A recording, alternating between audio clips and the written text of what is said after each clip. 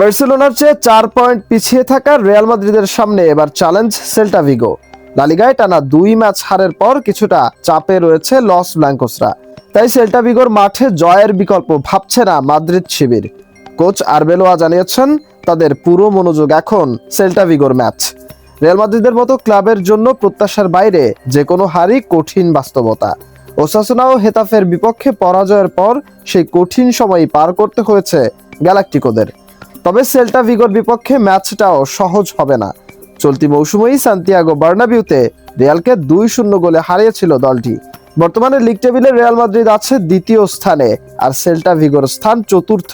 দুই দলের মুখোমুখি লড়াই হয়েছে মোট 139 বার, যেখানে 82 ম্যাচে জয় পেয়েছে রিয়াল মাদ্রিদ, আর সেল্টা ভিগোর জয়ের সংখ্যা 35। তবে গুরুত্বপূর্ণ এই ম্যাচে দলে থাকছেন না মাদ্রিদের তারকা ফরওয়ার্ড কিলিয়ান এমবাপে। ইনজুরির কারণে তাকে ছাড়াই মাঠে নামতে হবে লস ব্ল্যাঙ্কোসদের।